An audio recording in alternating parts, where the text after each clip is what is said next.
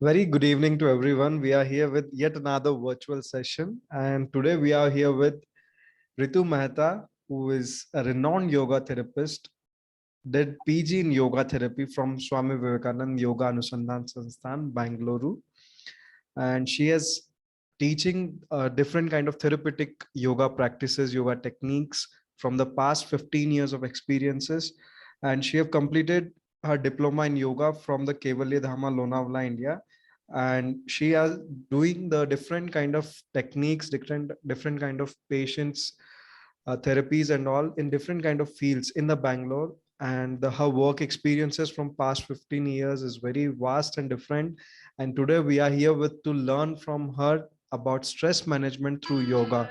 That is how can we manage the whole process of it. So thank you so much, ma'am, once again to come on our platform, and welcome again to share your experiences with all of us. Thank you, ma'am.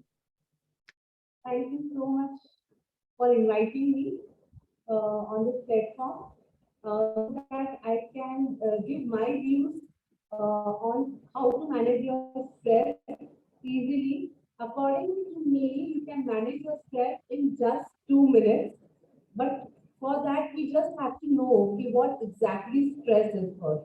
So I actually teach you in English as well as Hindi. I use both the languages so that you can actually understand the concept of stress easily. So first of all, I want to ask you all, what is stress? Basically, everybody is suffering from stress, we know that. But we don't know what exactly stress is. Because when I ask in my sessions many times these questions, what is stress? So people tell me when we are not unable, we are unable to meet our deadlines, then we are stressed. Some of them tell me when guests are coming to our home, then we are stressed. Some of them they reply when we go out of station, then we are stressed. There are many reasons because for which people are facing stress, and the reasons are very different. For one person, suppose going out of station is stress because they have to do the packing and going and doing all the remaining things. And for the other person, he's a chilled out person. For that person, going out of station is basically releasing stress. For one person, meeting deadlines is stress. For the other person who is very chilled out, for that person, deadlines is not a stress. It's an enjoyment. It's a competition. So basically, each and every person faces stress in some or other way. Suppose if I want many of them, if they are going to give a lecture, they feel stressed before. And if you ask me, so giving a lecture because I've given so many lectures, it's not a stressful. So basically, for each and every person, stress definition differs. But actually, what people say means when they define stress, basically is that see, for them that situation is stress. Means suppose if a student is there, the exam comes and some of the students face stress in that position. For that particular person, the exams are stress. But for some others, exam is like fun. They love giving exams. So basically, stress is not exactly what like it differs for each and every person, but it is the definition is one only. When just listen this carefully, when our mind is flooded with thoughts, it may be any thought. It may be exam fear thought. It may be meeting the deadline thought. It may be any other thought. That situation when we are not able to take out that thought from our mind, when my mind is flooded with thoughts and I'm not able to control my thoughts, that situation is basically called stress. I'll repeat it again so that Hindi में भी एक बार मैं बताती हूँ कि basically stress क्या होता है जब मेरा माइंड जब मेरा माइंड बहुत सारे विचारों से भरा होता है और मैं चाहती हूँ कि वो विचार मैं बाहर निकालूं, मुझे विचारना नहीं है, मुझे सोचना नहीं है उसके बारे में, पर मैं निकाल नहीं पाती। मुझे किस इंसान को स्ट्रेस में रहना अच्छा लगता है? किसी को भी नहीं रहता है अच्छा लगता है। तो इसीलिए मैं चाहती हूँ कि वो वैसा मैं कुछ नहीं करूँ जिससे मेरी नींद उड़ जाए या मुझे कोई तकलीफ हो, बट मैं नहीं निकाल पाती। उस सिचुएशन को हम स्ट्रेस बोलते हैं। तो बेसिकली एक बहुत सिंपल डेफिनेशन है, अगर मुझे स्ट्रेस को जीरो करना है तो हमें क्या करना पड़ेगा? मैंने अभी आपको बताया, जब मेरा माइंड बहुत सारे थॉट से भरा होता है, हम उस थॉट को बाहर नहीं निकाल पाते, तो that situation is called stress. तो अगर मुझे स्ट्रेस को जीरो करना है तो मुझे मेरे थॉट्स को जीरो करना है। अगर थॉट्स ही नहीं रहेंगे, थॉट्स ही जीरो होंगे, तो स्ट्रेस रहेगा ही कैसे? तो इट्स वेरी वेरी सिंपल। अगर आपको स्ट्रेस को जीरो करना है तो आपको थॉट्स को जीरो करना है। अब अगर आपको थॉट्स को जीरो करना है तो आपको क्या करना है? Basically you have to control your mind. तो अगर सब आप लोग सब लोग यही सोच रहे होंगे कि अगर हम माइंड को कंट्रोल कर पाते तो डेफिनेटली फिर हमें टेंशन लेने की जरूरत ही क्या थी, हमें प्रॉब्लम ही कहाँ थी, क्योंकि हम हमारे माइंड को कंट्रोल ही नहीं कर पाते। अगर हमें गुस्सा आ रहा है और हमें नुकसान करेगा, वो इमोशन हमें हर्ट करेगा, हमारा बीपी बढ़ाएगा, हमें अलग अलग बीमारियां दे सकता है, बट वो हमारे हाथ में नहीं है, क्योंकि हमारा माइंड पे हमारा कंट्रोल नहीं है, हमारे थॉट्स पे हमारा कंट्रोल नहीं है। तो हम ऐसा क्या करें कि जिससे हमें माइंड पे कंट्रोल आए? तो I will explain you with an example कि अगर हमें हमारे माइंड को कंट्रोल करना है तो हम किस टाइप से कर सकेंगे। अगर आपने 10 फ्लोर सीढ़ी चढ़ी, उस टाइम पे आपका ब्रेथ कैसा होता है? ऑब्वियसली फास्ट होगा। जब हम 10 फ्लोर सीढ़ी चढ़ रहे हैं तो हमारा ब्रेथ फास्ट होगा। और उस टाइम पे अगर आप अपना माइंड देखेंगे तो काफी लोगों को लगता है कि हमने कोई माइंड का काम नहीं किया है, तो जब हम 10 फ्लोर सीढ़ी चढ़ेंगे तो हमारा माइंड साइलेंट ही होना चाहिए, बट ऐसा नहीं होता है। बिकॉज अगर आपने 10 फ्लोर सीढ़ी चढ़ी और उसके बाद मैंने आपको कोई भी काम बताया तुरंत, तो आपका रिएक्शन गुस्से वाला होगा कि let me take a side, मैं अभी जस्ट चढ़ के आया हूँ, मेरी सांस खुल रही है, मुझे बैठने दो, मुझे पानी पीने दो, और फिर आप काम बताइए।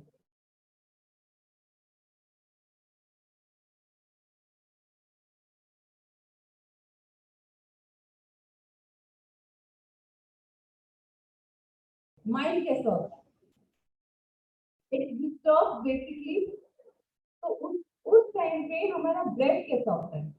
आपको गुस्सा है, आपने गुस्सा किया भी नहीं किसी के ऊपर, सिर्फ माइंड में गुस्सा आया है, तो उस टाइम पे ऑटोमेटिकली मेरा ब्रेथ फास्ट हो जाता है। आप देखना, आपको गुस्सा आएगा, आप बैठे हो तो आपका ब्रेथ फास्ट हो जाएगा। आपने ना तो जॉगिंग की थी, ना जंपिंग की थी, ना रनिंग की थी, कुछ भी नहीं किया, फिर भी हमारा ब्रेथ फास्ट हो गया, क्योंकि ये दोनों जुड़वा है। इसको थप्पड़ मारोगे तो इसको लगेगा, इसको थप्पड़ मारोगे तो इसको लगेगा। इसीलिए कितनी बार अगर हमारे पास कोई भी ऐसे पेशेंट्स आते हैं, स्ट्रेस वाले, डिप्रेशन वाले, या जिनको ब्रेन में स्टैंड लगाया है, तो we treat that with breathing, क्योंकि इधर आप काम करोगे तो इधर ऑटोमेटिकली काम हो जाएगा। तो इसी तरह से स्ट्रेस का डेफिनेशन मैंने बताया था कि when your mind is flooded with thoughts and you can not remove that thoughts from your mind, that situation not possible, that is not in our hands। तो अदर वे क्या है? अभी दो बच्चे हैं, एक बहुत ही नॉटी है जो हमारी बिल्कुल बात नहीं, और एक बच्चा ऐसा है जो फिर भी हमारी बात सुन लेता है, थोड़ा सा हम जो बोलते हैं वो फॉलो करता है। और पर इसमें मजे की बात ये है, दो बच्चों में एक बच्चा बात नहीं सुन रहा, एक बच्चा थोड़ा बात सुन रहा है, पर जब वो एक बच्चा जो बात सुनता है तो ऑटोमेटिकली ये बच्चा अपने आप ही सुनने लगता है। आप किसके ऊपर काम करोगे? ये नॉटी बच्चा है, और काम करेंगे, इसके ऊपर करेंगे कि इसके ऊपर? नेचुरली हम हमारे ब्रीदिंग के ऊपर काम करेंगे, क्योंकि जब आप इसके ऊपर काम करोगे ऑटोमेटिकली इसके ऊपर काम हो जाएगा, क्योंकि दोनों जुड़वा है। तो अगर आपको स्ट्रेस को जीरो करना है तो it is very very simple. आप अगर ब्रीदिंग करेंगे, उसका भी एक मेथड होता है ब्रीदिंग का, हमको सिर्फ नंबर और छोड़ दिया, that is not basically breathing, because ये हमें बहुत जानने की जरूरत है, हमें कैसे ब्रीथ करना चाहिए, किस टाइप से क्या क्या ऑर्गन यूज करने चाहिए हम ब्रीदिंग के टाइम पे, because we don't know only that. तो वो भी मैं आपको इस सेशन में बताऊंगी कि हमें क्या यूज करना चाहिए ताकि प्रॉपर ब्रीदिंग हो सके, और प्रॉपर ब्रीदिंग की वजह से 2 ही मिनट में हम हमारा स्ट्रेस जीरो कर सकते हैं, एंड इट्स टू सिंपल। तो बेसिकली अब हम सीखेंगे कि हम ब्रीदिंग को कैसे कंट्रोल करें ताकि माइंड को जीरो कैसे कर सके, और ये अगर आप प्रैक्टिकली एक्सपीरियंस करेंगे तो आपको ज्यादा मजा आएगा। अब हम ब्रीदिंग के बारे में सीखे तो हम ब्रीदिंग किससे करते हैं? नोज से करते हैं, और वो श्वास हमारी कहाँ पे जाती है? वो जाती है हमारे लंग्स से, राइट? तो काफी लोगों को यह भी नहीं पता है कि लंग्स कहाँ होते हैं। If you will see a diagram in YouTube और गूगल, तो आप देखेंगे कि आपके लंग्स इधर से शोल्डर से चालू होंगे and it will and till here in the stomach. इतना लंबा हमारा लंग्स भगवान ने दिया है। Mostly when I ask this question in my session, so basically people are always giving the answer here. It's in the chest. But basically मैं आपको अभी ये भी educate करना चाहती हूँ कि lungs हमारे shoulders से चालू होते हैं and it ends near the stomach. भगवान ने बहुत ही लंबे हमें लंग्स दिए हैं ताकि आप अगर प्रॉपर ऑक्सीजन लोगे, प्रॉपर ब्रीदिंग करोगे तो आपको कभी जिंदगी में स्ट्रेस नहीं आएगा। तो बेसिकली हम ये स्टार्ट करते हैं कि स्ट्रेस को कैसे प्रैक्टिकली जीरो करना है, राइट? अब इतना लंबा लंग्स लिया है पर हमें आदत नहीं है इतनी लंबी सांस लेने की, तो इसकी वजह से हम क्या कर सकते हैं कि हम हमारा पूरा लंग्स कवर करें। तो that's why even in S class we are taught कि लंग्स को हम 3 पार्ट में डिवाइड करते हैं। एक तो lower lobe, middle lobe and upper lobe. जब हम लोअर लोब से सांस लेते हैं तो उस सांस को हम बोलते हैं एब्डोमिनल ब्रीदिंग, मतलब हम पेट से सांस लेते हैं और पेट से ही सांस छोड़ते हैं, तो that breathing is called abdominal breathing. बीच वाला जो है जिससे हम चेस्ट से सांस लेते हैं और छोड़ते हैं, उसको बोलते हैं हम thoracic breathing. And upper lobe में जब हम ऑक्सीजन भरते हैं कार्बन डाइऑक्साइड निकालते हैं, that breathing is called clavicular breathing.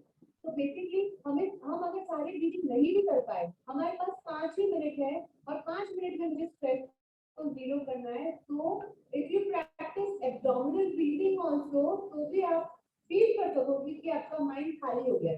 So how to do it first of all? Because many a times people are doing wrong breathing.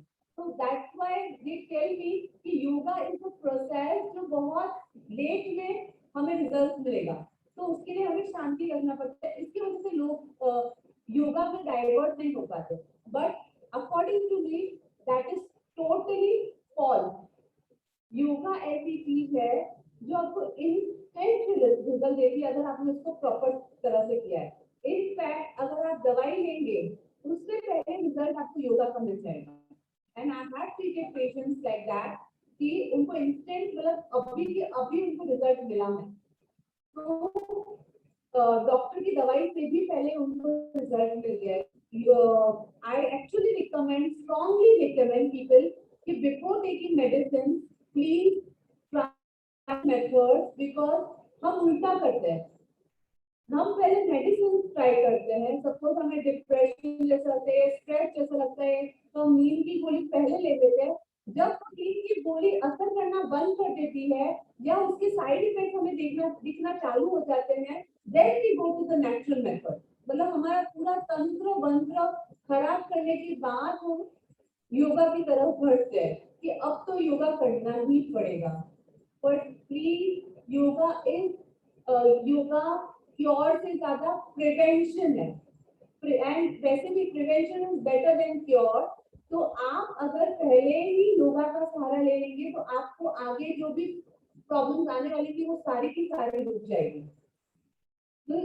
और it's very fast result. तो वैसे ही मैंने आपको बताया कि एब्डोमिनल ब्रीथिंग हम करेंगे तो स्ट्रेस को हम 2 ही मिनट में 0 कर सकते हैं। तो सबसे पहले हम, और वैसे भी जब छोटा बच्चा पैदा होता है, इन्फेंट होता है, तो वो मोस्टली पेट से ही श्वास लेता है और पेट से ही छोड़ता है। आप कभी भी ऑब्जर्व करना तो नाभि से श्वास लेगा और नाभि से ही छोड़ेगा। बट जैसे जैसे हम बड़े होते जाते हैं, हम इंटेलिजेंट होते जाते हैं, इसीलिए पेट का श्वास छोड़ देते हैं और हम छाती से या छाती से श्वास लेना चालू कर देते हैं। We start taking short breath. But आप सोचिए, वो छोटा बच्चा जब पैदा हुआ है, वो चल भी नहीं सकता, बोल भी नहीं सकता है, खुद से खा भी नहीं सकता है, कुछ भी काम अपना खुद से नहीं कर सकता, फिर भी उसको जरा भी स्ट्रेस होता है। वो सिर्फ रोता है कि पता है रोऊंगा तो मम्मी आ जाएगी और मुझे खाना खिला देगी, मुझे बाथरूम ले जाएगी। वो उल्टा किसी को एंजॉय करता है टोटली। और आप एक चीज सोचिए कि यही सिचुएशन अभी हमारे साथ अगर होती है कि जहाँ मैं चल नहीं सकती, बोल नहीं सकती, खा नहीं सकती खुद से, बेड रिडन हो गई हूँ, तो क्या सिचुएशन होगा? I be a big patient of stress. तो क्यों? क्योंकि हमने जो हमारा बैक टू बेसिक, मतलब जैसे हम पहले के, जब भगवान ने हमें पैदा किया था, वो सारे गुण धर्म छोड़ के हम टोटली वो सब चीज भूल भाल गए हैं, और जो basically chest beating, short beating आ गए हैं, इसलिए हमें तकलीफ है। बट अभी ये नहीं हुई है, हम वापस से वही नेचुरल मेथड में चले जाएंगे, पेट से सांस लेना चालू करेंगे, पेट से सांस छोड़ना चालू करेंगे, तो ऑटोमेटिकली अभी भी आप अपने स्ट्रेस को 0 कर सकते हैं। ये प्रैक्टिस सबसे मेन चीज कभी भी कर सकते हो आप, सुबह, शाम, रात को, लेटे लेटे भी कर सकते हो, खाने के बाद भी कर सकते हो, खाने से पहले भी कर सकते हो, बैठे बैठे कर सकते हो। आप अपने बैठे बैठे, खड़े खड़े कभी भी करिए, इसका कोई टाइम लिमिट नहीं है, कोई टाइम नहीं है कि आप उस टाइम, इसीलिए आपके पास कोई ऐसा बहाना नहीं रह जाता कि मेरे पास टाइम नहीं है इस चीज को करने के लिए। तो इसमें आपको क्या करना है, सबसे पहले आपको पेट के ऊपर हाथ रखना है और देखना है कि श्वास लेते वक्त आपका पेट बाहर आ रहा है कि अंदर जा रहा है, बिकॉज रॉन्ग ब्रीदिंग हैबिट्स की वजह से भी हमें प्रॉब्लम होती है। तो इसलिए आप आज जो भी मैं आपको इन्फॉर्मेशन दे रही हूँ बहुत ध्यान से सुनना, बिकॉज शायद कुछ कुछ मिस्टेक्स अगर हम कर रहे हैं हमारी लाइफ में, वो हम सुधार सकेंगे विद दिस इन्फॉर्मेशन। तो आपको पेट पे हाथ रखना और देखना है कि सांस लेते वक्त आपका पेट बाहर चल रहा है कि अंदर जा रहा है। तो काफी लोगों का ऐसा होता है कि श्वास लेते वक्त पेट अंदर जाता है और छोड़ते वक्त पेट बाहर आता है, और काफी लोगों का ऐसा होता है कि श्वास लेते वक्त पेट बाहर आता है, श्वास छोड़ते वक्त पेट अंदर जाता है। अब हम इसमें कंफ्यूज हो जाते हैं कि राइट क्या है, श्वास लेते वक्त पेट बाहर आना चाहिए कि अंदर जाना चाहिए। तो इट इज वेरी सिंपल। मैं एक बहुत सिंपल एग्जांपल के संग आपको ये समझाऊंगी। हमारा पेट एक बलून की तरह है। बलून में अगर आप हवा भरते हो तो क्या होगा? वो फूलेगा, और बलून में से आप हवा निकालोगे तो वो पिचकेगा। तो आप हमेशा ये याद रखना कि हमारा पेट एक बलून की तरह है। तो जब हम उसमें श्वास भरे तो वो फूलना चाहिए, और जब हम उसमें से श्वास निकाले तो वो पिचकना चाहिए। ओके।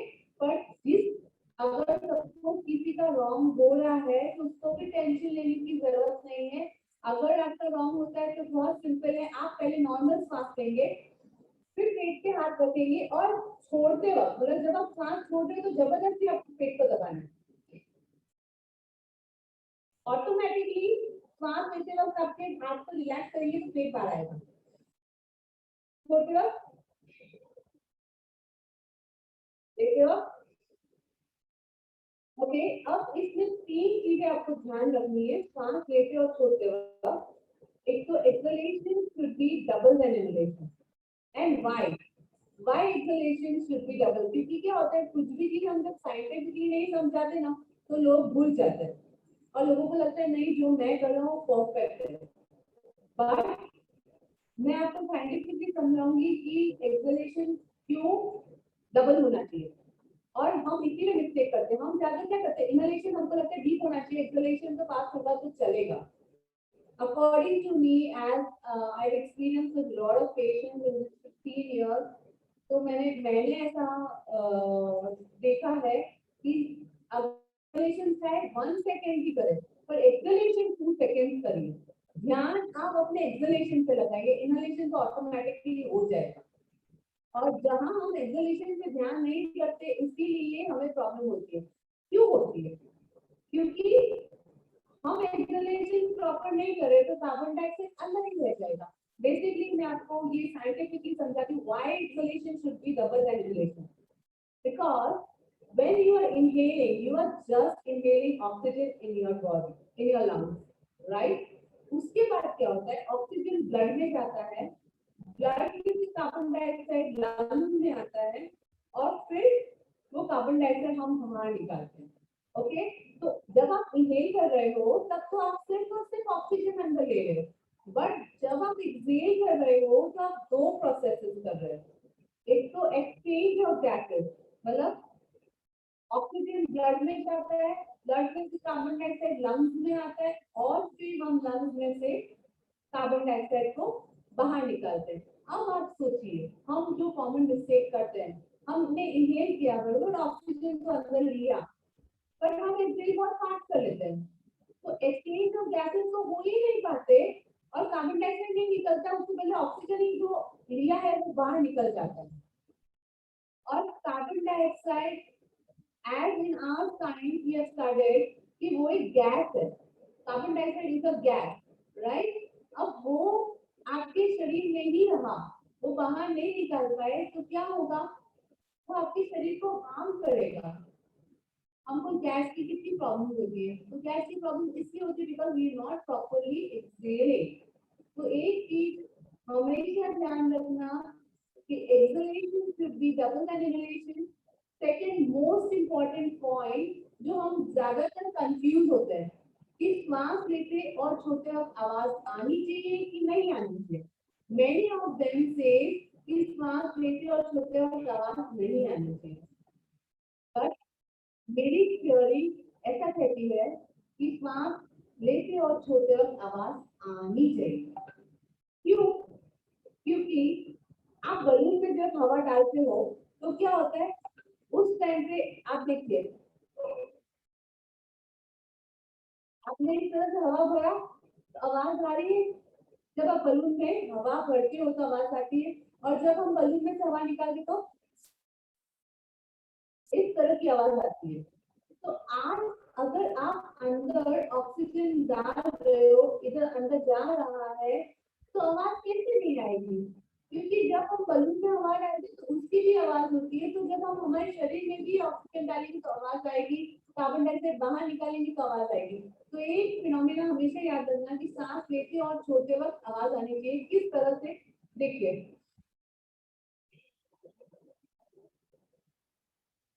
और एक और ध्यान रखना कि हम किसी बार हाथ का यूज नहीं करते सांस लेते और छोड़ते वक्त, ऐसे ही हम नॉर्मल,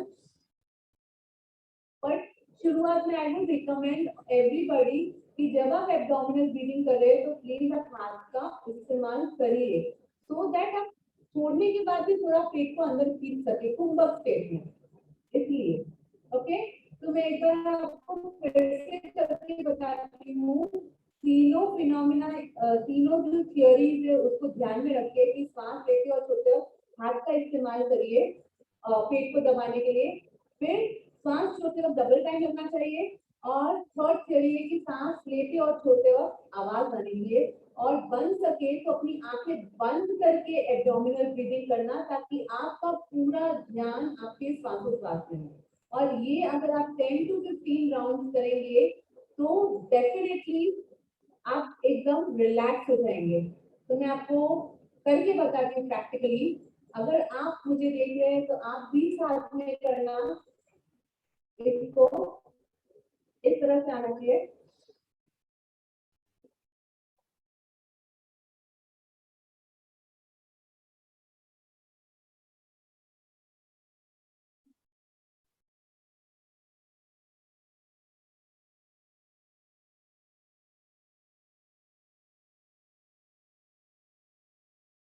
हो सके तो बैक को स्ट्रेट रखना।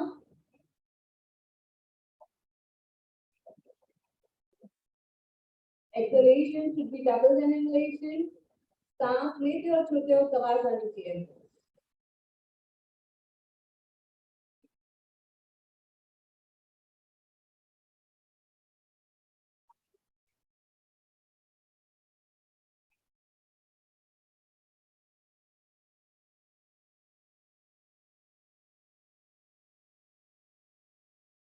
आपको एटलीस्ट 10 to 15 राउंड आपको एब्डोमिनल ब्रीदिंग करना है। आप लेट के भी कर सकते हो, जिसको नींद की प्रॉब्लम है वो अगर आप लेटे आप ये करेंगे तो आपको 5 या 10 मिनट में ही नींद आ जाएगी, आपको पता भी नहीं चलेगा। आप बिकॉज आपका ब्रेन पूरी तरह से रिलैक्स हो जाता है। ये करने के बाद हमें 3 आप ओमकार बोल सकते हो ताकि आपका माइंड और रिलैक्स हो जाए। मैं आपको बोलते बताती हूँ आपको ओमकार भी किस स्पीच में और कितना लंबा बोलना है। आप जितना हो सके ओमकार को थोड़ा लाउडली चैंट करेंगे और लंबा चैंट करेंगे। ओम।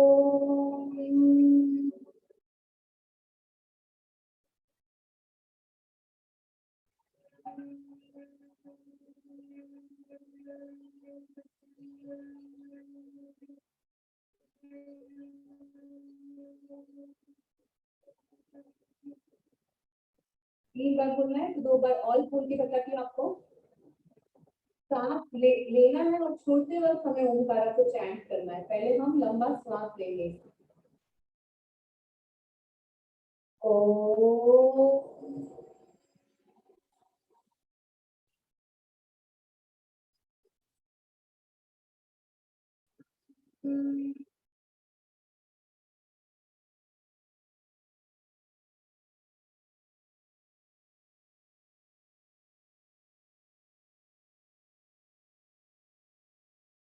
And last round, लंबा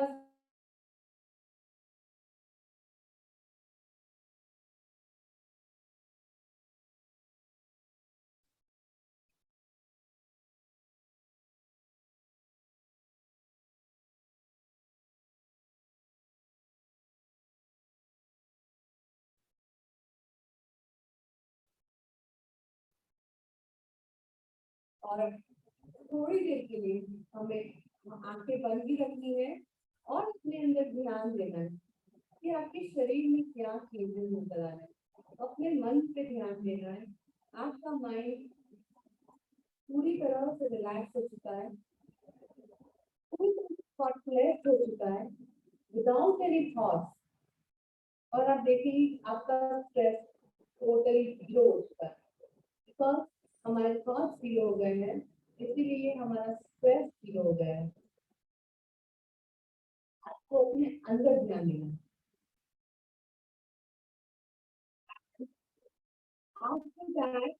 आपको आंखें बंद ही रखनी है, but I would strongly recommend एक बहुत ही सुंदर प्रेयर है जो आप वैसे भी रूटीन में अगर आप इसको सुनते हैं तो that is a very motivational prayer. आपके स्ट्रेस को पूरी तरह से जीरो कर देगी। एंड आप ये हम चालू करते हैं एंड देन इससे हम सेशन को एंड भी करेंगे।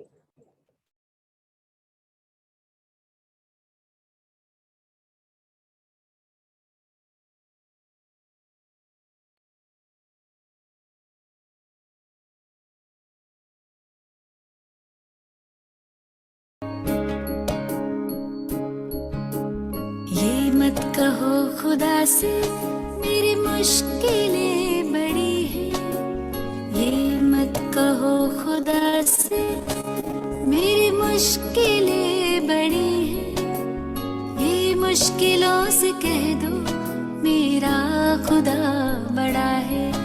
आती है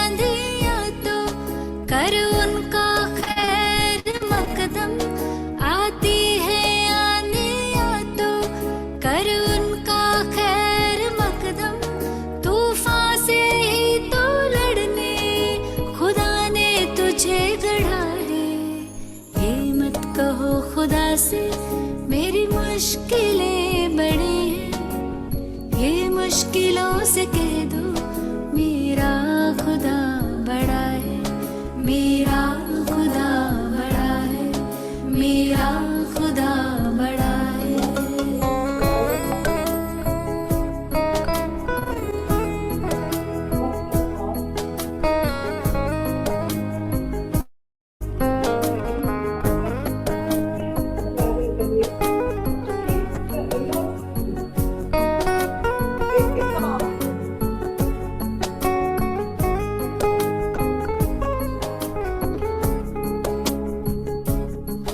अग्नि में तप के सोना है और भी निखरता, अग्नि में तप के सोना है और भी निखरता, दुर्गम को पार करके हिमालय कोई चढ़ाए, लाएगी रंग मेहनत आखिर तुम्हारी एक दिन, लाएगी रंग मेहनत आखिर तुम्हारी एक दिन, होगा विशाल तरुवर वो बीज जो पड़ा है। ये मत कहो खुदा से मेरी मुश्किलें बड़ी हैं, ये मुश्किलों से कह दो मेरा खुदा बड़ा है, मेरा खुदा बड़ा है, मेरा खुदा बड़ा है।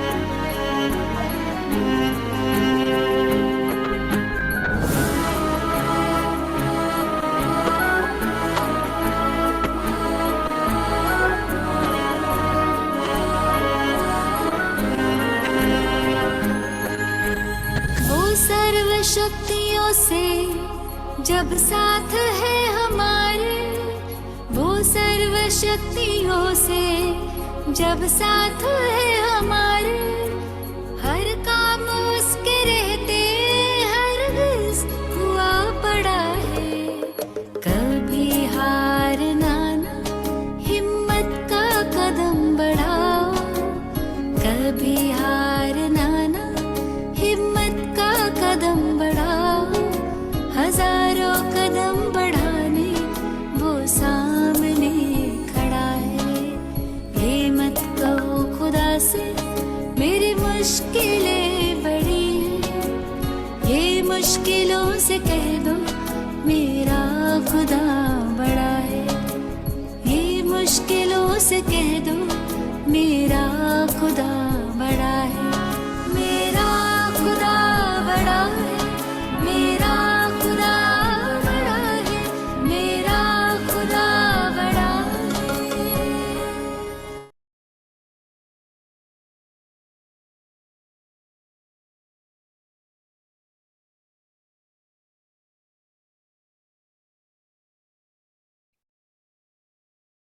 Connect with yourself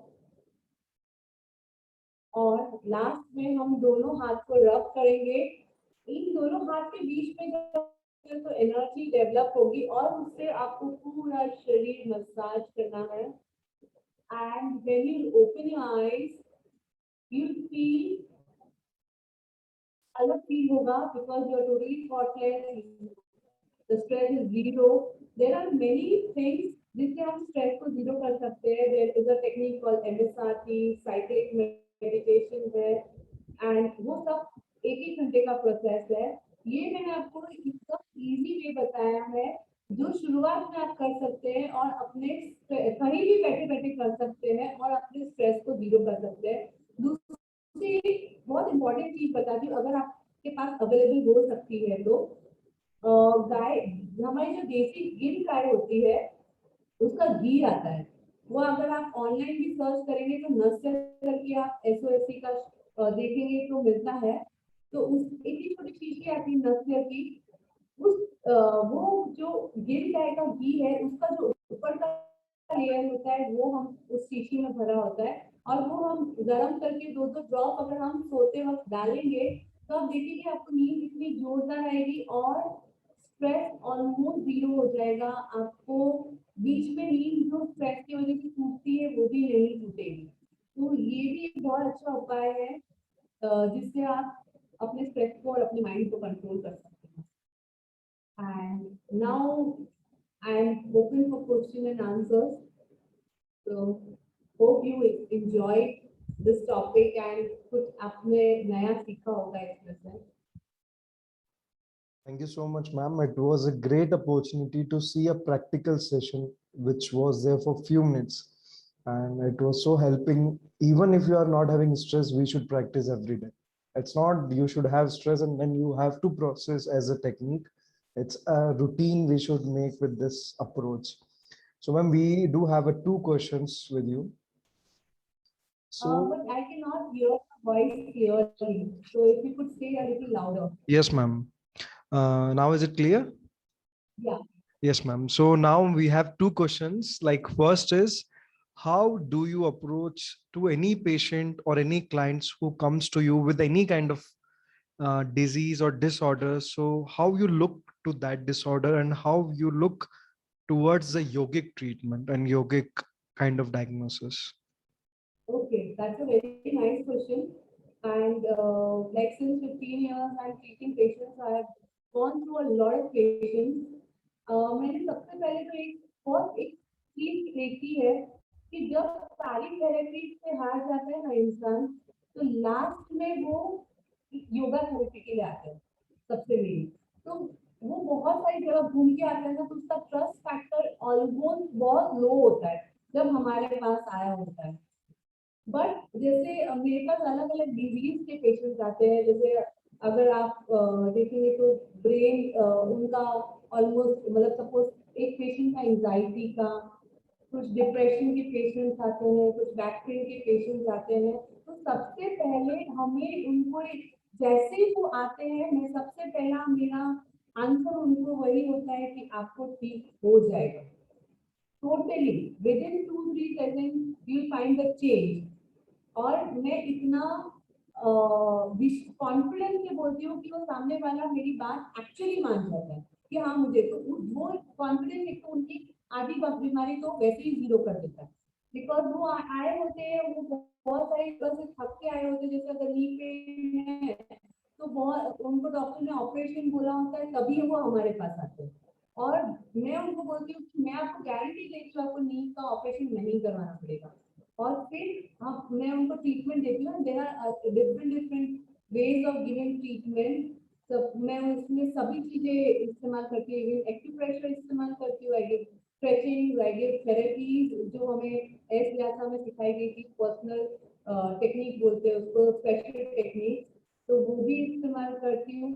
अगर मुझे लगता है कि वो इंसान बहुत स्ट्रेस्ड आउट है तो definitely I will give meditation या ब्रीदिंग टेक्निक भी उसको सिखाती हूँ। तो और फिर 1-2 दिन में जब उसको रिजल्ट मिलने लगता है तो then he become very much confident with me. और जब वो पूरी तरह से मेरे अंदर ट्रस्ट डाल देता है तो मेरा काम ऑलमोस्ट डन हो जाता है। देखिए क्योंकि मैं अधिकतर लोग क्या जैसे मेरे साथ एक चीज और होती है कि लोग क्या बोलते हैं अभी तो हमें ठीक हो गया, एकदम लग ही नहीं रहा कि कुछ पेन है, पर घर जाके ठीक रहे तो अच्छा है। तो बेसिकली ऐसे लोगों को आप लोगों को खास बोलना चाहिए कि उन्होंने पहले से ही सॉफ्टवेयर डिजाइन कर लिया है कि घर जाके होने ही वाला है। पहले से हमने माइंड में सोच लिया है तो हमको होगा ही, because you are what you think. अगर हम ये चीज प्लीज फिट करेंगे तो वही चीज हो। एक्चुअली डॉक्टर की दवाई से हमें जल्दी ठीक नहीं हो रहा, पर हमको हमको ऐसा लगता है कि हम डॉक्टर के पास गए तो हम सेफ हैंड में, इसलिए हमें ठीक हो जाएगा। तो इसकी वजह से हमारे बिलीफ की वजह से हमें ठीक होता है। तो उसी तरह से हमें उनको इंस्ट्रक्ट करना चाहिए कि पहले तो आप पूरी तरह से पॉजिटिव हो जाइए, आपको कुछ भी प्रॉब्लम नहीं है। अगर डॉक्टर्स ने हमें ये बोला भी है कि अगर सपोज नी पेन है तो आप नीचे नहीं बैठ सकते, आप पूरी जिंदगी नीचे नहीं बैठ सकते, आप पैर खोल करके नहीं बैठ सकते, आप सीढ़ी नहीं चढ़ सकते, तो आपको ये कॉन्फिडेंस दिलाना है कि नहीं ऐसा जरूरी नहीं है। मैं आपको नीचे भी बिठाऊंगी, मैं आपको नीज फोल्ड भी करवाऊंगी, मैं आपको सीढ़ी भी आप सीढ़ी भी चढ़ पाएंगे। तो जब वो कॉन्फिडेंस उनके अंदर आ जाता है तो आधी बीमारी वहीं खत्म हो जाती है और हमारा काम बहुत आसान हो जाता है। I hope I've answered the question. Yes, ma'am.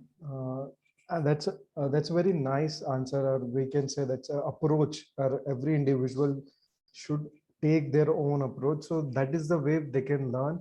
My second question is to you, ma'am. There are so many available therapies for an individual patient. आवाज अभी भी slow Yes, आ रही ma'am. Yes, ma'am. So my second question is like there are so many therapies available towards, if you look out, there are physiotherapy, yoga therapy, allopathic medications are there, Ayurvedic medications are there. So there are so many things, and when patient comes to you, might be he is confused or she is confused about their treatment modalities, what they have to choose. So do you prefer integrative approach towards any therapy, or Yes. you prefer specific only yoga should help you, not only other? So how you prefer, which I- kind of approach, ma'am? Okay, very nice question. Thank you for asking that question. I strongly prefer integrated approach of yoga therapy. But not exactly yoga therapy. It should be a combination of therapy. Because कितनी बार क्या होता है और मैं किसी को योगा तो actually करवाती ही नहीं, because like since 15 years I am giving treatment only.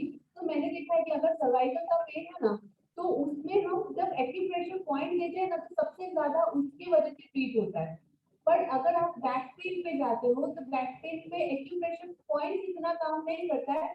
उस टाइम पे स्ट्रेचिंग एंड एक है ना हम बैलेंस थेरेपी बोलते हैं, जो हम पैर से देते हैं, जिसमें हम उसको आप मोस्टली कायरो प्रैक्टिशनर्स यूज करते हैं, जिसमें वो नस को उसकी जगह पे पहुंचाते हैं.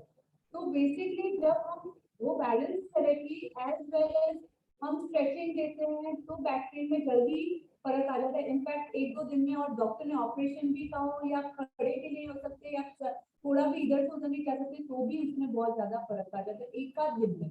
It's not like 1 month or 2 months. Then अगर डेफिनेटली अगर आपके अगर डायबिटीज है आपको, तो डायबिटीज या तो आपको डेफिनेटली हेरिडिटी के वजह से हो सकता है, या कितने लोगों को डायबिटीज स्ट्रेस की वजह से होता है. तो तब हम ये कहते हैं कि उनके स्ट्रेस के ऊपर ध्यान देना है, तो हमें उनको ब्रीदिंग करवाना है, उनको मेडिटेशन करवाना है, ताकि वो पूरी तरह से उनका माइंड रिलैक्स हो सके. और ज्यादातर मैंने देखा है माइंड से ही अधिकतर बीमारियां होती है.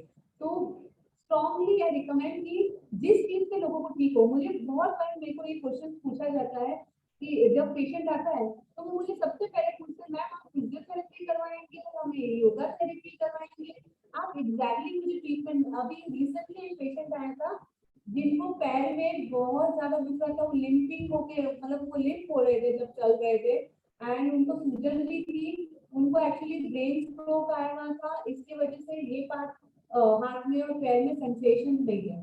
तो उन्होंने मुझे कितनी बार पूछा कि आप मुझे एग्जैक्टली क्या देंगे, आप मुझे दवाइयाँ देंगे, आप मुझे आयुर्वेदिक ट्रीटमेंट देंगे, आप मुझे नेचुरोपैथिक ट्रीटमेंट देंगे, आप बेसिकली करेंगे क्या. तो मैंने उनको ये बोला था, मैं बेसिकली आपको ठीक करूंगी.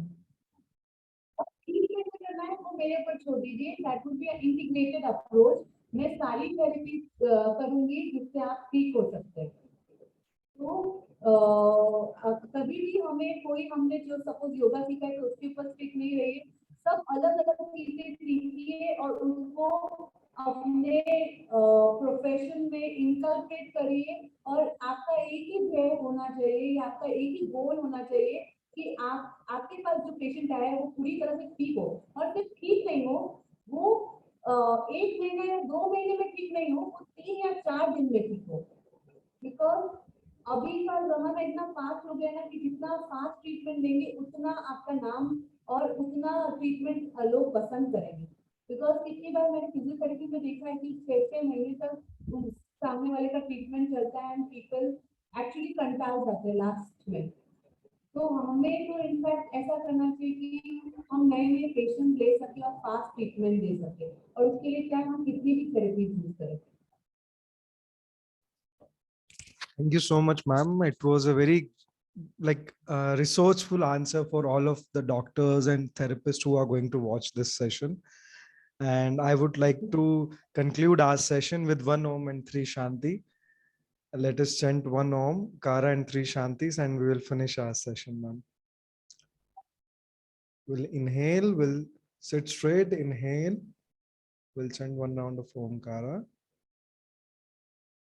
Om.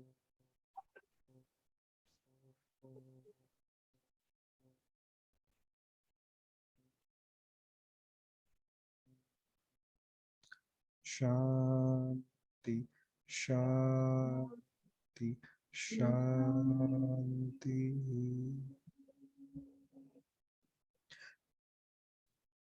Thank you so much, ma'am. This was a very good and great session. We have just analyzed in just 40 minutes of this session. And we hope in future we can learn from your sessions, from your approach, from your practices in coming sessions with you. Thank you so much. And I hope everyone who are watching this can learn from her approach. Thank you so much, ma'am, to come on our platform. Thank you so much, and thank you so much for keeping the sessions and different sessions you are keeping, and you're doing a great work so that you can educate so many people. Thank you so much for inviting me also. It's our pleasure, ma'am. Thank you. Thank Thank you, you. everyone.